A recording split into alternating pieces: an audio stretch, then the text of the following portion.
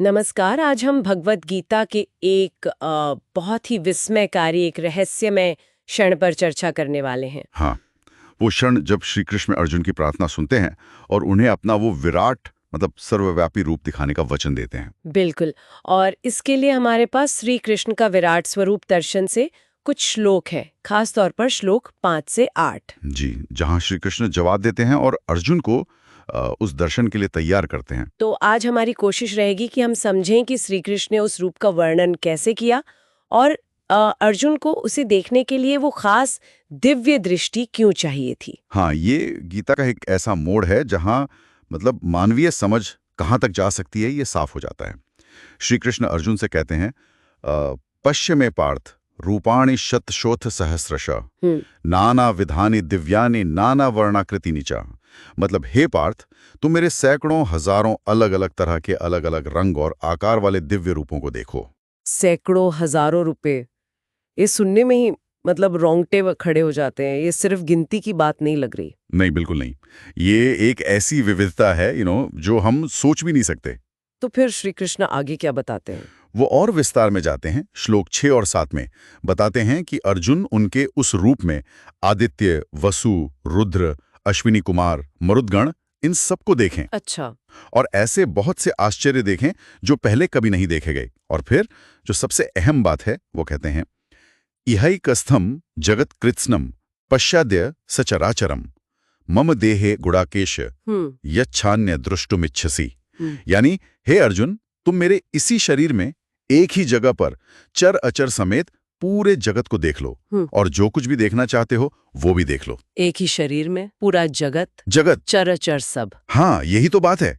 ये सिर्फ अलग अलग चीजों का कलेक्शन नहीं है, ये तो पूरा ब्रह्मांड है। मतलब अतीत, वर्तमान, भविष्य सब कुछ एक ही पल में एक ही जगह उनके शरीर में सिमटा हुआ दिखाने का वादा है। ये तो समय और स्थान की हमारी जो समझ है उसे पूरी तरह से मतलब तोड़ देता है। बिल्कुल। और इसमें सिर्फ भव्यता नहीं, हो सकता है संहारक पहलू भी हो। अर्जुन के लिए ये अद्भुत होने के साथ साथ शायद डरावना भी रहा होगा। हाँ, सोच के अजीब लगता है। लेकिन फिर श्री कृष्ण वो महत्वपूर्ण बात कहते हैं श्लोक 8 में, जी। न तुमा शक्य से दृष्टुम अनेन स्वचक्षुषा, कि तुम मुझे अपनी इन आंखों से नहीं देख सकते। हाँ। दिव्यम ददामि ते चक्षु पश्य में योगमेश्वरम। इसलिए वो उन्हें दिव्य दृष्टि देते हैं। अब सवाल ये है कि इन आंखों में क्या कमी थी? मतलब क्या ये सिर्फ रूप की विशालता थी या कुछ और? ये बहुत अच्छा सवाल है। और ये सिर्फ साइज या कॉम्प्लेक्सिटी की बात नहीं है।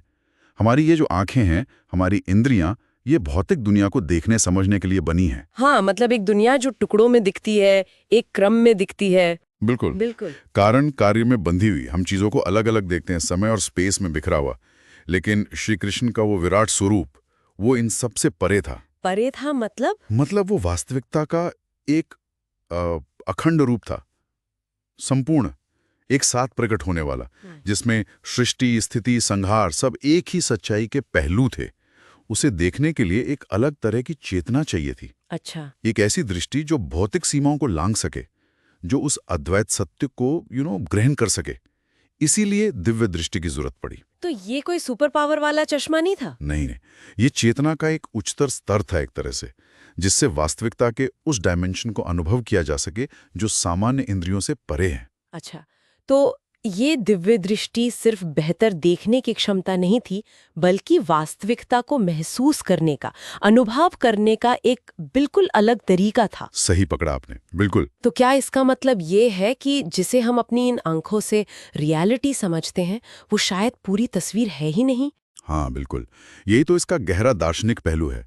गीता यहाँ साफ इशारा कर रही है कि जो परम सत्य है या ब्रह्मांड का जो संपूर्ण स्वरूप है, वो हमारी सामान्य मानवीय इंद्रियों की पहुंच से परे हो सकता है। उसे जानने या अनुभव करने के लिए हमें अपनी चेतना को एक्सपैंड करना पड़ सकता है, धारणा के एक नए लेवल पर पहुंचना पड़ सकता है। ये तो हमारी जो भौतिकवादी समझ है उसको सीधी चुनौती है कि बस वही सच है जो हम देख सुन सकते हैं। एकदम। विराट स्वरूप का दर्शन इसी बात पर जोर देता है कि वास्तविकता के कई और आयाम हो सकते हैं जो हमारी इन सीमित इंद्रियों से छिपे रहते हैं। तो अगर हम संक्षेप में कहें श्री कृष्ण ने पहले अपने उस सर्वसमावेशी, अद्भुत और शायद कुछ हद तक भयावह रूप का वर्णन किया हाँ, जिसमें पूरा ब्रह्मांड समाया था। और फिर साफ किया कि इस परम सत्य को अनुभव करने के लिए अर्जुन को अपनी मानवीय दृष्टि की सीमाओं से ऊपर उठना होगा, जिसके लिए वो दिव्य दृष्टि जरूरी थी। बिल्कुल, ये मानवीय अनुभव की सीमाओं और जो परम ज्ञान है उसकी प्रकृति के बीच का जो रिश्ता है उसे उजागर करता है। ये बताता है कि कुछ सत्य शायद सिर्फ बुद्धि से नहीं बल्कि चेतना के रूपांतरण से ही जाने जा सकते हैं। और ये हमें गहरे विचार के साथ छोड़ जाता है।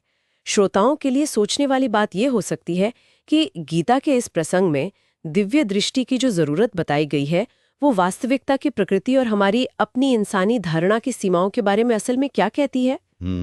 क्या ये मुमकिन है कि अस्तित्व के कुछ पहलू हमेशा हमारी इन सामान्य इंद्रियों और हमारी लॉजिकल समझ की पकड़ से बाहर ही रहेंगे और उन्हें जानने के लिए हमें किसी और ही तरह की दृष्टि विकसित करनी होगी?